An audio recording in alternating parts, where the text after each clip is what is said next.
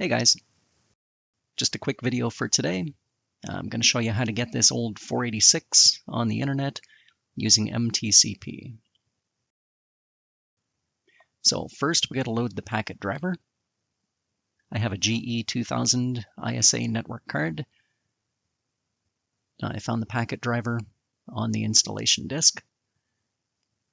So if I run that pnp pd, you see it picked up a network card, shows the MAC address, the IRQ, and the I/O port. Then we'll pop down into the mTCP directory, and let's take a look at the configuration file. Now this program comes with a sample.cfg. I'm just going to tailor this for a DHCP configuration. I'm not going to be using IRC, so we'll simply deactivate that. But I do want the option for the FTP client and the Telnet client.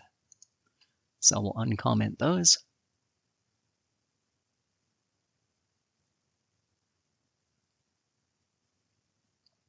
Now there's an FTP server in here as well. I'm not going to be using that, so we'll simply skip over that part.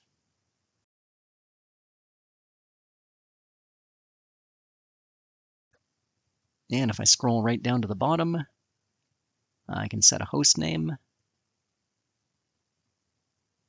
and an IP address, my default gateway, and a name server.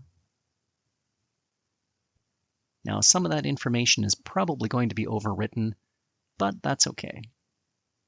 We'll save that file as a DHCP.cfg.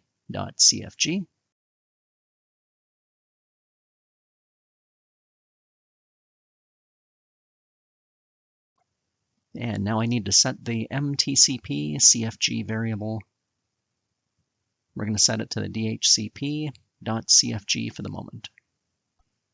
And if I run DHCP.exe, that will reach out to the DHCP server. And yep, we picked up an IP address. You notice the IP is set to 192.168.2.53. And looks like it ignored my request for a host name. That's okay.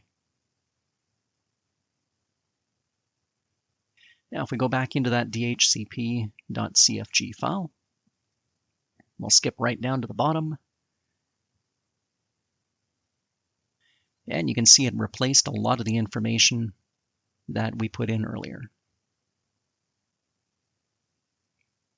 So at this point, this computer is on the internet. If you're okay with a dynamic IP, you can certainly leave it like that. Personally, I want to use a static IP. So let's create a new static IP configuration. And I'm going to reboot. Now, of course, after rebooting, we need to reload that packet driver.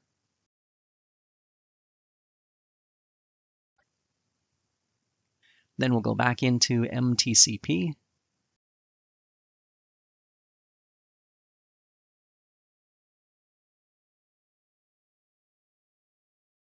And we need to reset the mTCP CFG variable as well. Only this time we're going to point to the static IP configuration.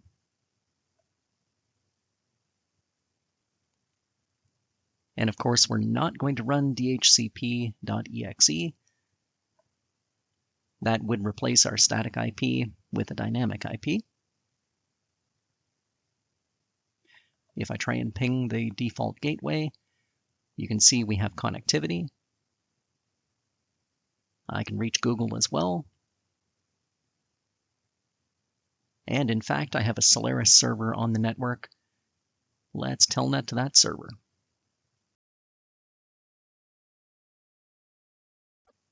Good, I can log in there. Now I set my terminal type earlier in that configuration file. Just as a test, let's go into VI. And yep, that works perfectly. I tried using the default terminal type earlier, and it didn't work properly for me, so I set it to VT100. So let's log out of the telnet session, and we'll try an FTP. Yep, I can FTP over to that computer as well. Let's log in, and we'll transfer a file. Okay, let's grab one of those JPEGs. Okay, got it. Let's log out of the FTP and see if that transferred properly. Yep, there we go. We've got our perfectly PG-13 JPEG file has transferred over to the DOS machine. Now, of course, all of those settings were lost on reboot, so I'm going to add those into the autoexec bat, so we don't need to do this every time we reboot.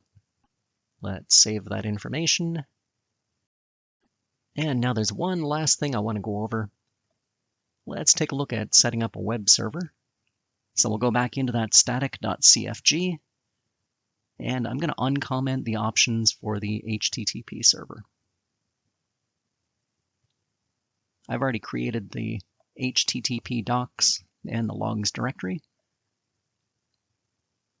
And in fact, I wrote a small HTML file called index.htm, just so we've got something we can bring up.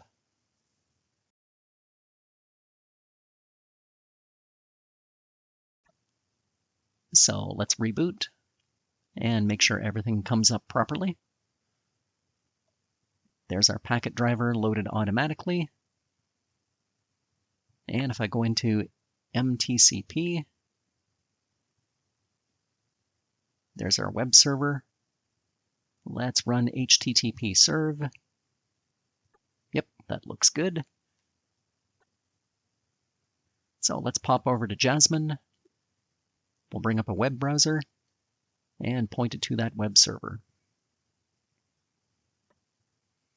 And that looks good. Now, although I do have a typo in there that says 386 web server, should actually say 486.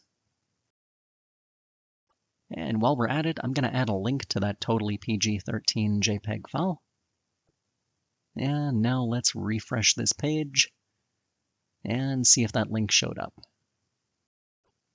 And yep, it sure does. Now this was just a really quick overview of what you can do with mTCP.